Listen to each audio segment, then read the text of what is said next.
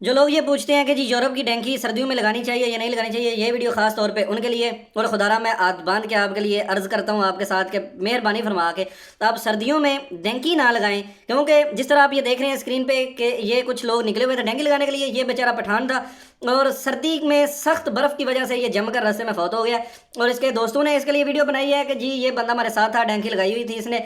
और अपनी ये पता नहीं किस तरह का रास्ते में मौसम था या किस तरह का हादसा पेश आया कि ये जो थे वो रास्ते में इसने जान अपनी दे दी और ये फौत हो गया। और इसके साथ एक और लड़का था। ये दो बंदे थे जिनकी लाशें वहाँ पे पड़ी हुई थी बर्फ़ के ऊपर और ये गुजर के जाने वाले थे बेचारे। तो इन्होंने इनको देखा और इनकी लाशें जो हैं वो वहाँ से इन्होंने हरकत की। देखें अभी किस तरह उसके गले में पटा डाल वो कपड़ा डाल के तो जनाब उसको घसीट के लेके जा रहे हैं, किसी तरीके इनकी लाशें जो है वो नीचे तक पहुँचाएं। अभी एक को वो लेके गए हैं, एक ये जो अभी आपको नजर आ रहा है एक बंदा ये मरा पड़ा हुआ है बेचारा। और ये भी घर से निकले हुए हैं अपने घर वालों के ख्वाब पूरे करने के लिए और उनके पेट के लिए कि जी हम अपने घर में पैसे भेजेंगे। लेकिन खुदारा ये देखें इतनी बर्फ़ है, इतनी शदीद बर्फ़ है कि हर तरफ आपको बर्फ़ की चादर ही नज़र आ रही है और सारी जो है वो पहाड़ी के ऊपर बर्फ़ ही बर्फ़ है। देखें एक लाश ये पड़ी हुई है और एक ये उसके बूट अभी नज़र आ रहे हैं ना। अस्तगफिरुल्लाह या अल्लाह माफ़ करना, इतनी मुश्किल और इतनी ख़तरनाक ये सफ़र होता है। ये माको पहाड़ी का सफर था। और अभी ये देखें आप उस बंदे के जो है ना वो लाश एक और देख रहे हैं किस तरह ये बर्फ में जम के जो है वो बेचारा फौत हो गया है। अभी ये देखें ये अस्तगफिरुल्लाह या अल्लाह माफ़ करना, ये इसके हाथ देखें कि किस कदर फूल के तो वो जो है ना उसकी लाश भी ख़राब हो गई और पता नहीं कितने दिन हो गए हैं बर्फ़ के अंदर ये दफन थे।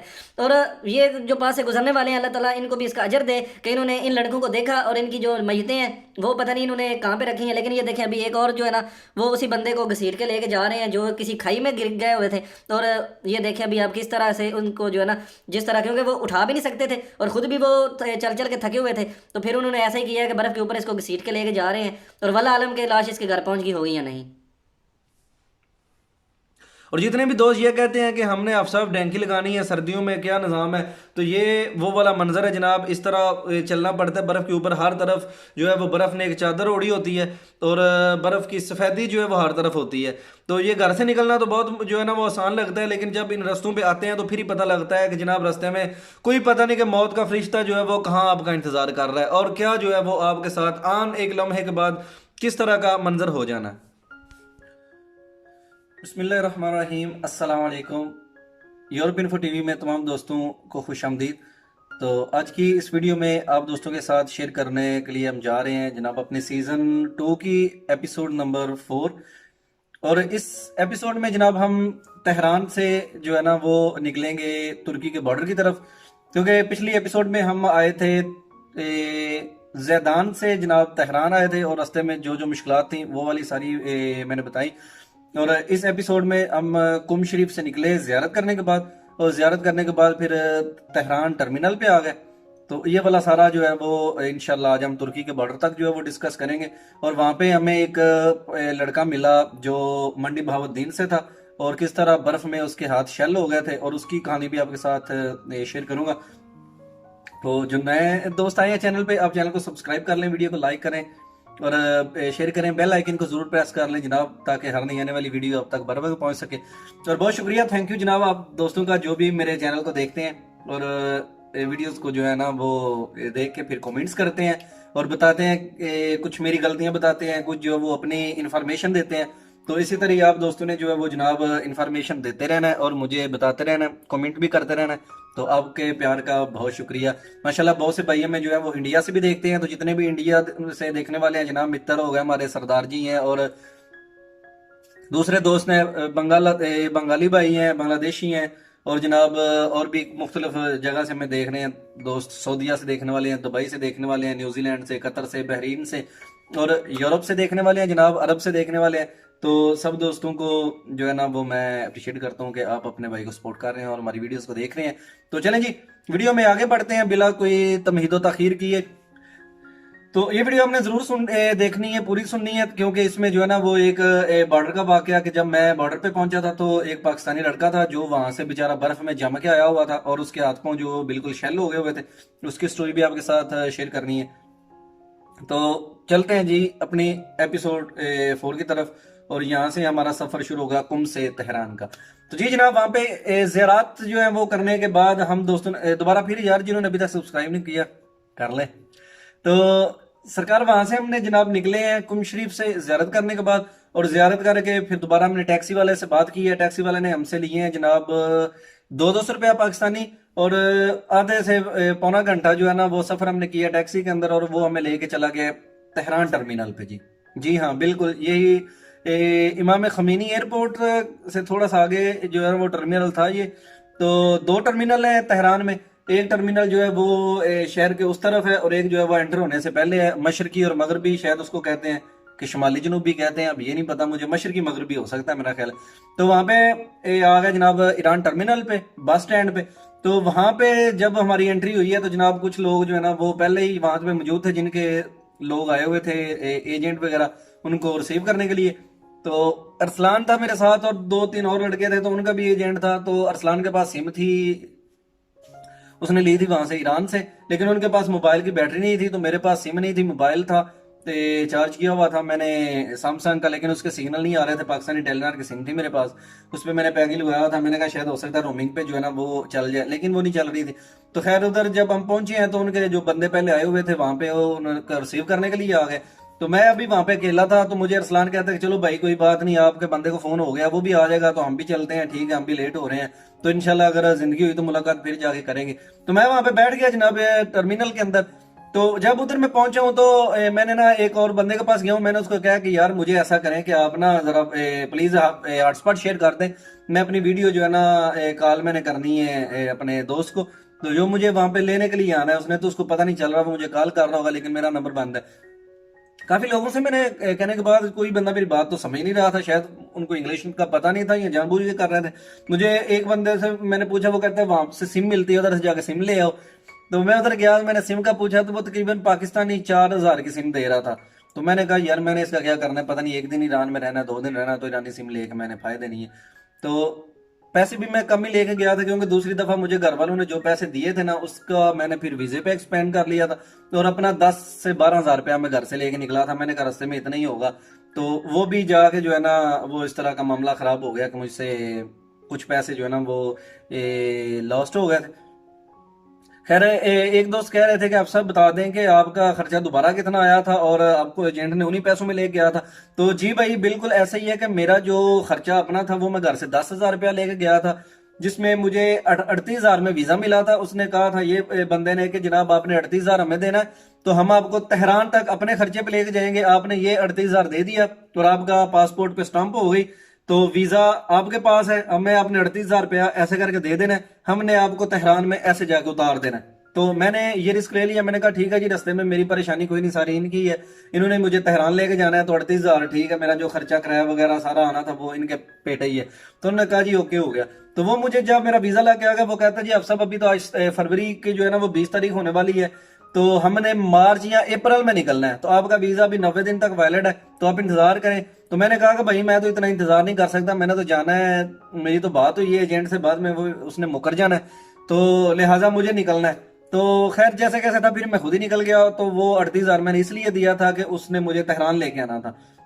तो उसने जब मैं लाहौर आया तो वहां से उसने मुझे पैसे जो है ना वो 5,000 रुपया इजी पैसा करवा दिया था। फिर 30,000 32,000 33,000 जो है ना वो उसके पास रह गया था। उसने कहा इतना ही किराया लगना है तो ये भाई तुम खुद लगा लो। खैर जी वहां पे मैं बैठा हूँ, मेरी अभी अपने एजेंट से बात हुई है। एजेंट कहता है जी आप घबराना नहीं, आपके पास बंदा जो है ना वो आ जाएगा हमारा, तो वो आके जो है ना आपको इधर से ले लेगा। यहाँ पे एक हमाम है, तुम उधर हमाम पे जाकर बैठो, वो आके तुम्हें इधर से बंदा रिसीव करता है। अली नाम था उसका। तो मैं वहां पे बैठा हूँ, मुझे नहीं पता कि जो है ना वो हम उधर कितने हैं, वो किसी और वहां पे मुझे तलाश कर रहा था, तो मैं वहां पे बैठा हूँ। खैर जी उधर से अभी मैं 2-3 इमाम के पास गया, तो मैंने ना उसको फिर कॉल की, तो वो कहता है जो दरवाजे के सामने इमाम है ना तुम उधर जाके बैठो, तुम किधर बैठे हुए हो। मैं फिर उधर गया तो 10-15 मिनट 4-5 जो है ना वो मिनट बाद वो बंदा उधर आया। खैर मुझे 3-4 घंटे हो गए थे वहां पे उसका इंतजार करते हुए। तो वो बंदा जनाब वहां पे आ गया और वो कहता है पाकिस्तान। मैंने कहा यस यस पाकिस्तान। नाफर है हाजी फरहाद। मैं कहा यस यस नाफर है हाजी फरहाद, हाजी फरहाद यक नाफर। मैं क्या यस यक नफर। तो उसने मुझे, वो अली नाम था उसका, तो मैंने उससे पूछा व्हाट इज योर नेम, अंदर अली अली मन माइस्मो अली, इस तरह करके उसने कुछ मुझे बोला। और वहां से जनाब उसने फिर मुझे कहता है कि कम विद मी, मेरे साथ आ जाओ। तो मैं उसके पीछे पीछे चल रहा हूँ। अभी वो टर्मिनल से बाहर निकला है, वहां पे पुलिस भी खड़ी हुई थी और वो चेकिंग वगैरह कर रहे थे। तो मेरे पास वीजा था, तो वो कहता घबराने की बात नहीं है, तुम्हारे पास वीजा है, तुम क्यों परेशान हो रहे हो, बस आ जाओ। तो उसने मुझे पकड़ा है जनाब, वो अपनी गाड़ी में डाला। और गाड़ी में बैठा के वो पहले डिक्की खोली तो शायद मैं डर गया, मैंने कहा अब इधर फिर डिक्की में है। तो खैर उसने कुछ सामान वगैरह अपना था तो वो उसने आगे ऐसे ना पीछे रखा डिक्की के अंदर, मुझे पीछे वाली सीट पे बिठा लिया, उसके साथ एक औरत भी थी। वहां से जनाब वो सीधा मुझे जो है ना वो 3-4 घंटे, नहीं सॉरी ज्यादा हो जाना, 1.5 से 2 घंटे उसने सफर किया तेहरान के अंदर ही ना।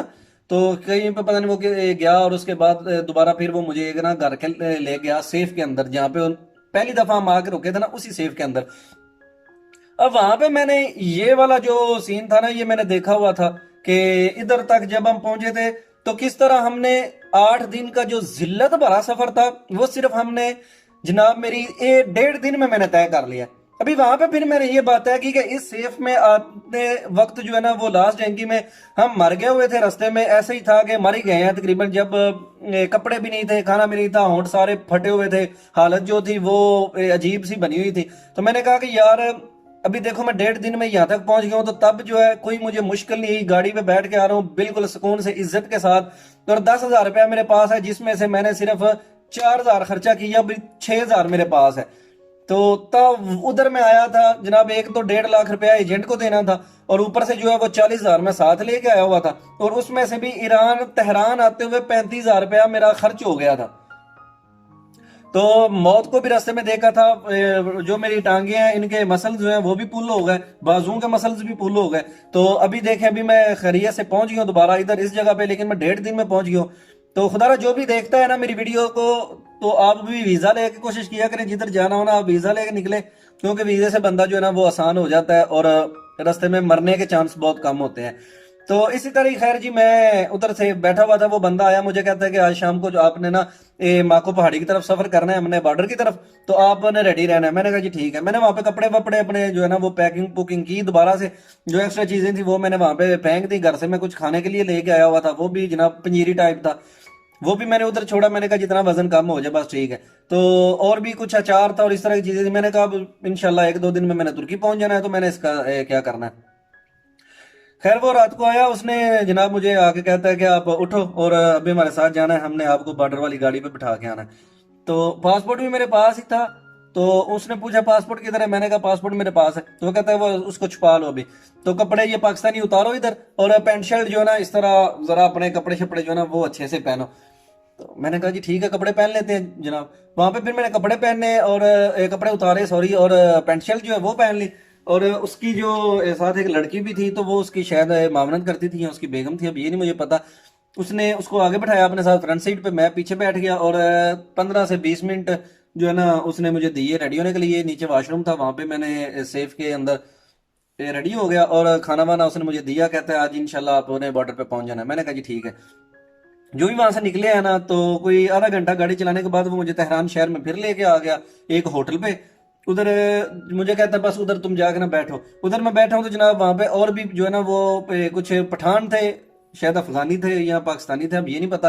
वो वहां पे बैठे हुए थे और मैं अकेला पंजाबी था उनके साथ। तो उन्होंने जो है ना वो मुझे देख के तो देखने लग गए। तो बस उधर ही और भी जो ना वो ईरानी बैठे हुए थे। तो जो ही थोड़ा सा अंधेरा हुआ ना तो उसने हमें गाड़ियों में डाला और गाड़ियों में डाल के होटल से निकाल के, तो वो कहते हैं जी आज हम बुजरगान जाएंगे। वहां से जनाब 3 गाड़ियां थी और हर गाड़ी में जो है ना वो 6-6 7-7 बंदे थे, 2-2 डिग्गी में थे और 5 हम पिछली सीट पे थे, 5 और 2 जो थे वो आगे वाली सीट पे थे। तो जो ही वहां से जो है ना वो हम निकले हैं, तो उधर से अचानक से हमें जो है ना वो एक स्टोर पे उसने गाड़ी का ब्रेक लगाई है। तो स्टोर पे ब्रेक लगाने के बाद उसने कहा जी यहाँ पे ना पुलिस का को खतरा आ गया थोड़ा सा, तो आगे थोड़ा जाने के लिए मुश्किल है। तो हम इंतजार कर रहे थे कि यार कब जो है ना वो पुलिस ने जाना है। तो खैर थोड़ी देर बाद जो है ना वो उसने फिर गाड़ी स्टार्ट की और अपनी मंजिल पर रवा दवा। अभी तेहरान से पीछे जो था ना वो सफर बहुत एक मतलब आप समझ लें कि गर्मी टाइप थी और बहुत मुश्किल था। मतलब गर्मी लग रही थी काफी। जो ही तेहरान से आगे हमने तुर्की का सफर शुरू किया है, तो वहां पे इतनी सर्दी के रास्ते में बर्फ जो है ना वो मैंने देखे है, इतनी ज्यादा बर्फबारी। तो फरवरी का महीना था, तो मैंने देखा कि मुश्किल तो बहुत है। फिर मैंने अपना बंदोबस्त किया हुआ था, जैकेट वगैरह पहनी हुई थी, दस्ताने भी थे। अचानक से जनाब ये सफर जारी है तो पीछे से डिक्की जो है ना वो खट खट खट खट शुरू हो गई। तो वो कहता है कौन है, उसने गाड़ी को जब रोका तो वो जो लड़के थे ना गाड़ी डिक्की वाले, वो बेचारे जब उनको उसने बाहर निकाला ना तो सारा उनका मुंह भी और कपड़े भी गीले और पता नहीं क्या उनके साथ, वो इतनी सर्दी से वो ठिठर रहे थे बेचारे। कहते हैं बहुत सर्दी है पीछे, तो क्योंकि वो रबड़ उतरे होते हैं डिक्कियों के तो हवा अंदर जाती है, तो बर्फबारी भी हो रही थी, तो वो बेचारे उनके रंग पीले जर्द और पता नहीं किसका तरह का हाल था। तो फिर उसने और लड़के जो है ना वो पीछे डिग्गी में डाले और उनको आगे बैठा लिया, तो वो बेचारों का भी जो है ना वो जान में जान आई। तो अचानक से जनाब उसने ना यकदम से जो है ना वो गाड़ी को टर्न किया और एक कच्चे पैर पे उतार ली। तो पीछे देखा कि पुलिस की 2-3 गाड़ियां हैं जी वो सड़क के ऊपर। तो उसने वहां पे जो है ना वो गाड़ी पता नहीं वो किधर से 1-2 गाड़ियां और जो है ना वो पहले उस सड़क पे थी, शायद उन्होंने फोन करके बता दिया होता है कि आगे पुलिस है, नाका लगा हुआ है, आपने इधर पर जो है ना वो टर्न ले लेना है। तो वहां पे वो खड़े रहे, पुलिस वाले कभी इधर जा रहे हैं कभी इधर जा रहे हैं। तो इन्होंने देखा कि शायद पुलिस वाले हमारी तरफ आ रहे हैं, तो इन्होंने गाड़ियां वहां से भगाई।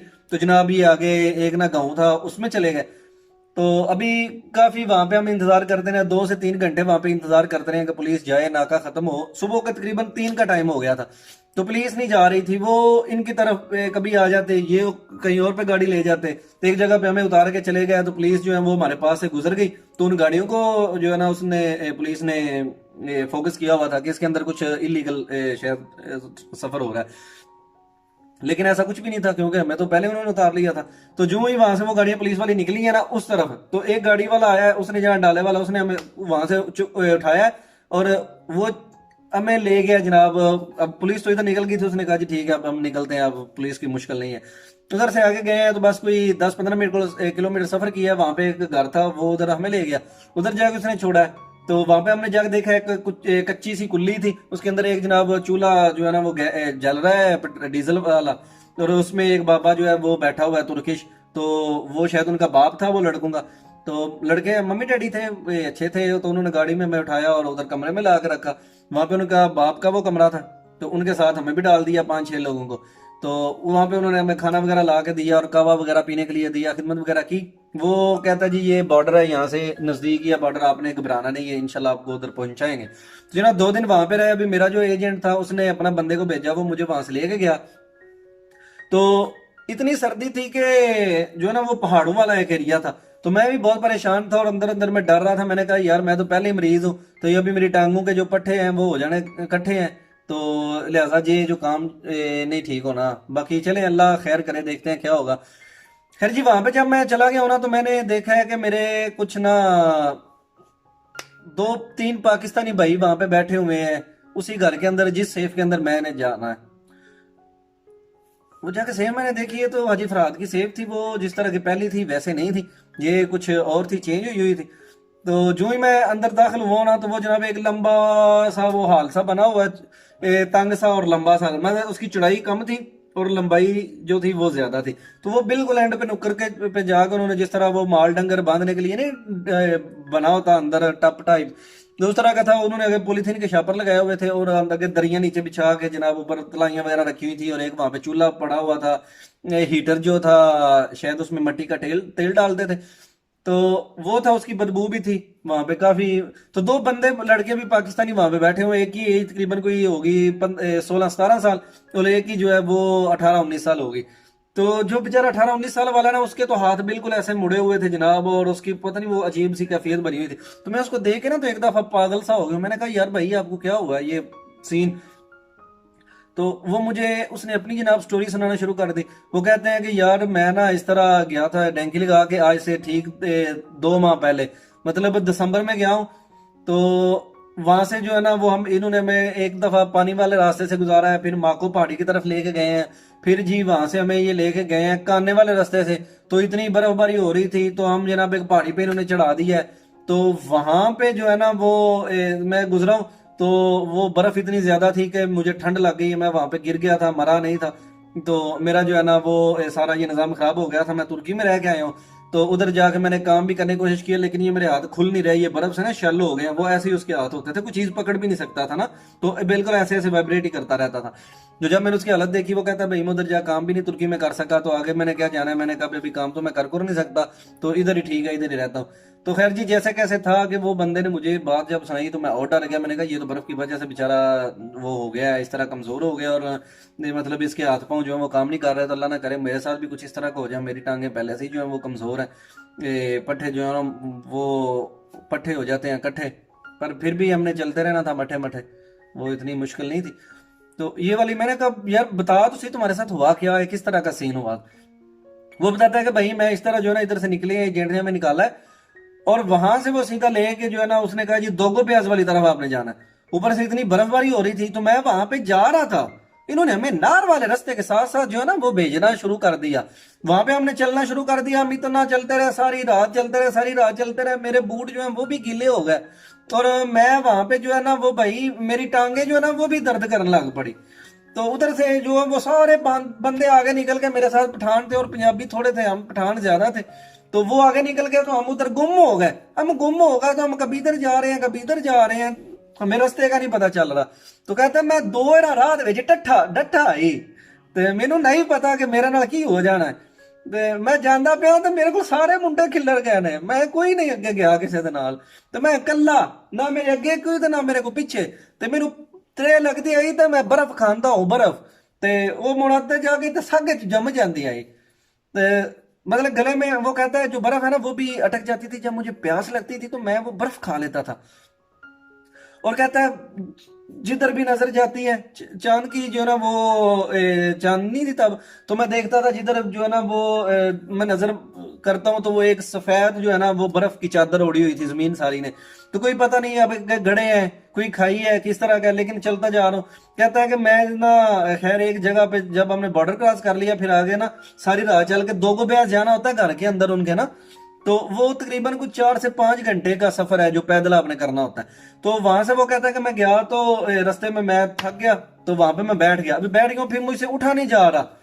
कहता है कि सुना था कि वहां पे कुछ लोग पहले भी गए हैं और वो बर्फ में जम जाने की वजह से मर गए हैं, तो मैं भी बस ऐसे ही था कि शायद मैंने मर जाना। तो कहता है कि मैं उधर बस गिर गया हूँ, मैं बेहोश हो गया हूँ, मुझे नहीं पता। मेरी आंख जब खुली है तो मैंने देखा कि मैं जो है ना वो चारपाई के ऊपर हूँ, मेरे कपड़े उतरे हुए हैं, तो कच्छा मैंने वो ऊपर जो है ना वो जो पहना हुआ था वो मेरे ऊपर है, और एक औरत जो है ना वो मेरे ऊपर गर्म पानी इस तरह डाल रही है, तो मुझे सुकून मिल रहा है बड़ा सा। तो जब मेरी आंख खुली तो मैं अचानक से ऐसे ना डर गया और घबरा गया। मैंने कहा कि या अल्लाह खैर ये क्या हुआ है मेरे साथ और ये क्या सीन है, क्या माजरा है। लेकिन जब मैंने ये वाला सीन देखा है ना तो मैं हैरत ज़दा हो गया। फिर कहते हैं उन्होंने मुझे बताया कि तुम इस तरह जो है ना वो आ रहे थे और तुम पीछे गिर गए थे, तो हम जो है ना वो घोड़े पे एक दफा पीछे देखने के लिए गए हैं कि बंदे कोई पीछे रह तो नहीं गया, लेकिन तुम वहां पे गिरे पड़े हुए थे, और अगर देर हो जाती तो शायद आज तुम इस दुनिया में ना होते। तो कहता जब उसने ये बात की तो मेरी आंखों से आंसू निकल रहे हैं, मैं रो रहा हूँ और अंदर ही अंदर में मैं मार रहा हूँ कि या अल्लाह अगर ये मुझे आज ना पकड़ता या ना बचाता तो शायद मैं मर जाता, शायद मैं अपने घर वालों से ना मिल पाता। तो ये क्या था, अल्लाह ताला ने मुझे नई जिंदगी दी है। तो मेरे हाथ ये देखो किस तरह जो है ना वो काले हो गए हुए हैं और जम गए हैं बिल्कुल, मैं मरने के बिल्कुल करीब था। तो अल्लाह ताला ने मुझे जो है ना वो दोबारा नई जिंदगी दी है। तो जो भी भाई कि ये कहते हैं कि यार हम सर्दियों में डंकी लगाएं या हम ईरान का, क्योंकि सबसे ज्यादा खतरनाक सफर जो है ना मेरे भाई वो पाकिस्तान से तुर्की का सफर है। जितनी भी जाने जाती हैं, जितना भी मरते हैं लोग, ये सारे इधर ही मरते हैं। तो खुदारा आप कम से कम तुर्की का वीजा जरूर ले लें। तो मैं आपको यही कहूंगा, बार बार तकीद करूंगा कि तुर्की का वीजा लाजमी है। जो है एजेंट 2-2.5 लाख मांगते हैं, तो यार वैसे लगे तो जो है ना वो 1 लाख से 1.5 लाख तक मिल जाता है। तो डंकी जो है वो बहुत मुश्किल है, बहुत मुश्किल है, खासकर सर्दियों में। तो अगर वो भी नहीं आपको तुर्की का वीजा मिलता तो यार मेरे भाई ਤੁਹਾਡੀ ਮਿਹਰਬਾਨੀ, ਤੁਹਾਨੂੰ ਰੱਬ ਦਾ ਵਾਸਤਾ ਜੇ ਤੁਸੀਂ ਵੀਜ਼ਾ ਘੱਟ ਤੋਂ ਘੱਟ ਜਿਹੜਾ ईरान ਦਾ ਤੇ ਫਿਰ ਲਾਜ਼ਮੀ ਲੈ ਲਵੋ यार। 30-35 हज़ार ਦਾ ਵੀਜ਼ਾ ਵੀ ਅਗਰ ਤੁਹਾਨੂੰ ਪਾਕਿस्तान ਵਿੱਚ ਲੱਭ ਜਾਏ, 20 हज़ार ਦਾ ਵੀ ਲੱਭ ਜਾए ना, तो कम से कम आपका मौत तो आपको नहीं आ सकती वहां पे, पीछे जो रास्ता है। तो आगे आगे एजेंट को आप तेहरान से आप एजेंट करें, कहें जी तेहरान तक मैं खुद आ जाऊंगा, मुझे आगे वहां से पकड़े, तो उधर से 70,000 रुपए में जो है ना वो बंदा आगे चला जाता है। तो खुदारा अपने पे भी रहम करें, अपने वालदैन पे भी रहम करें, और बजाय इसके कि आप मर जाएं रास्ते में या कोई बंदे के किसी के साथ नागानी सूरत हाल हो जाए, तो फिर कहते हैं कि अब पछतावे क्या हो जब चिड़ियां चुग गई खेत।